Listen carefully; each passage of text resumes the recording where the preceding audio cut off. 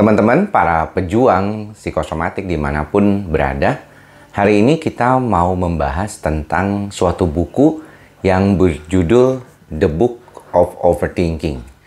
Jadi buku ini memang sering saya berikan deskripsinya di dalam setiap video YouTube channel saya. Dan teman-teman bisa beli melalui link di TikTok ya, karena memang ini hanya dijual di TikTok saja, tidak dijual di toko. Nah, buku ini adalah buku terjemahan dari Gwendolyn Smith. Dan menurut saya, sepengalaman saya membaca banyak buku terkait dengan psikologi dan juga teknik-teknik psikoterapi, ini salah satu buku berbahasa Indonesia yang paling mudah dipahami. Nah, mengapa demikian? Kita lihat dalam perspektif kondisi penggunaan buku sebagai alat bantu.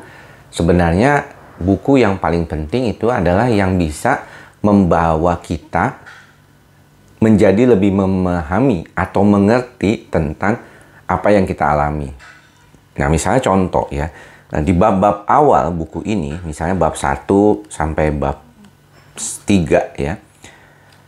Buku ini menanyakan kepada diri kita, apakah kita itu mengalami overthinking gitu. Jadi bab 1 dia mengatakan overthinking sebuah definisi, bab 2 itu aspek bahaya overthinkingnya, kemudian bab 3 dia melihat secara lebih dekat mekanisme overthinking yang penuh kekhawatiran, dan bab 4 overthinking yang penuh kekhawatiran. Jadi setelah membaca buku ini dari bab 1 sampai bab 4, biasanya orang itu mulai mengerti bahwa oh ternyata saya itu memang punya kecenderungan overthinking. Mungkin selama ini cara pikir saya yang menurut saya itu biasa, itu sebenarnya punya faktor yang berkaitan dengan overthinking ini sendiri. Nah, kenapa saya mulai melihat perspektif kecemasan itu diawali dengan memahami cara pikir kita? Sebenarnya yang paling utama memang adalah demikian.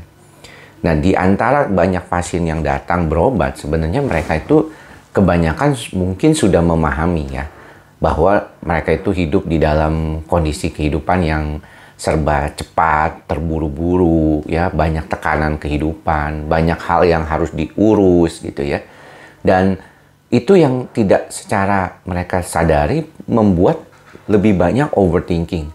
Karena setiap aspek kehidupan yang perlu dipahami, mereka perlu menyiapkan alternatif-alternatif. Teman-teman yang memahami bahwa situasi kecemasan itu akibat amigdala yang terlalu aktif, maka sebenarnya kita harus pahami apa yang membuat amigdalanya aktif. Apa? Yaitu emosi negatif. Emosi negatif datang biasanya lewat kondisi di mana kita itu berjaga-jaga atau membantu diri kita tuh untuk melihat jangan-jangan apa yang kita lakukan ini sebenarnya nggak sepenuhnya berhasil. Jadi kalau kita misalnya mau menghadapi peristiwa, teman-teman menghadapi suatu keadaan tertentu, terus teman-teman kan berpikir, apakah saya bisa berhasil melewati ini? Apakah alternatif-alternatif yang ada yang bisa saya lakukan? Dan menyusun semua langkah itu menyebabkan banyak hal yang terjadi. Ya, tapi kalau orang itu memang terbiasa atau sudah belajar sebelumnya, maka dia tidak terlalu khawatir, dia bisa melewatinya dengan biasa aja. Ya, tidak mengherankan kita suka melihat bahwa pikiran-pikiran yang terkait dengan overthinking itu pada laki-laki dan perempuan sedikit berbeda. Kalau pada laki-laki biasanya itu akan berhubungan dengan financial. Atau misalnya dia memikirkan secara ekonomi bagaimana bertahan. Tokonya, usahanya, bagaimana pekerjaannya, ya bagaimana dia mengurus karyawan, bagaimana dia meningkatkan sales atau hasilnya dia gitu ya. Bagaimana dia harus perform terhadap tugas-tugas yang membutuhkan perhatiannya dia di pekerjaan gitu ya. Maka prosesnya itu lebih di situ. Sedangkan kalau perempuan, dia lebih banyak lagi. Dia ngurusin tentang anak, dia ngurusin bagaimana sikap dia terhadap pasangan, bagaimana dengan orang tuanya, bagaimana dengan teman-temannya yang mungkin juga punya kecenderungan berbeda masing-masing. Sehingga overthinkingnya atau pikiran berlebih terhadap situasi kehidupannya itu jauh lebih banyak dibandingkan laki-laki.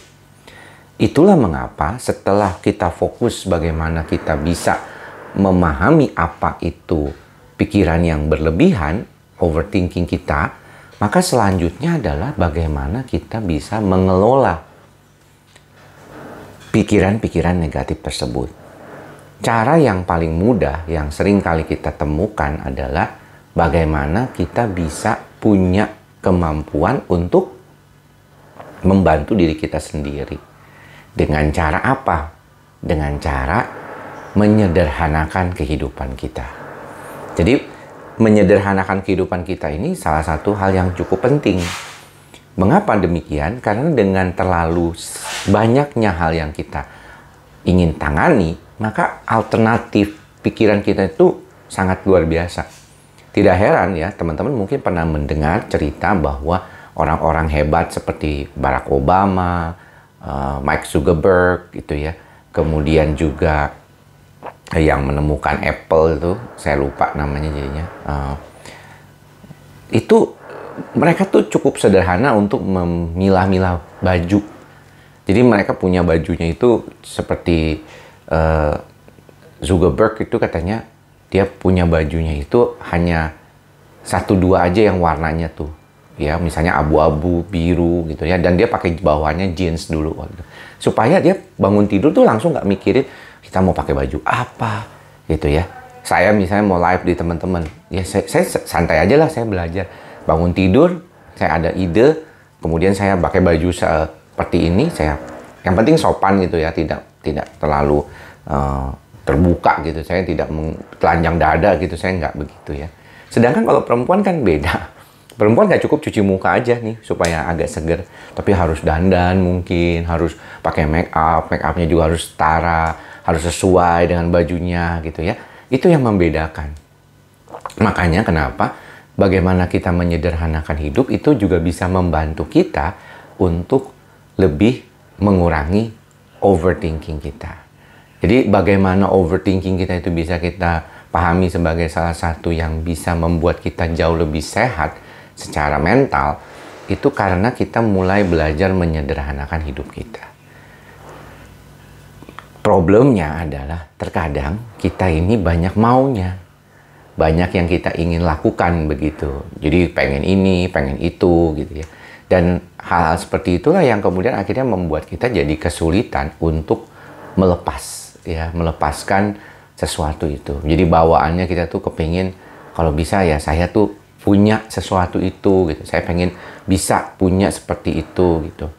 Ingin itu. Tapi kalau teman-teman mulai melepaskan segala sesuatu keinginan teman-teman, fokus pada apa yang paling penting, tidak jadi overthinking terhadap apa yang tidak bisa diambil atau tidak bisa dilakukan, maka mudah-mudahan akan jauh lebih baik lagi. Dan akhirnya kita bisa menelaah diri kita. Setelah kita baca buku seperti ini, kita lihat, oh ternyata aku nggak se-overthinking yang aku kira ke depannya.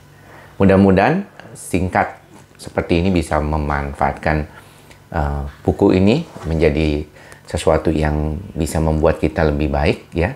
Buat teman-teman yang memang menginginkannya bisa cek ya di deskripsi, ada linknya. Dan kalau misalnya memang sudah belajar pelan-pelan, harus memahami ya, itu bisa sharing nanti pengalamannya di saat saya biasanya memposting di kolom komunitas kita. Mudah-mudahan semuanya bisa membantu melakukan untuk diri sendiri.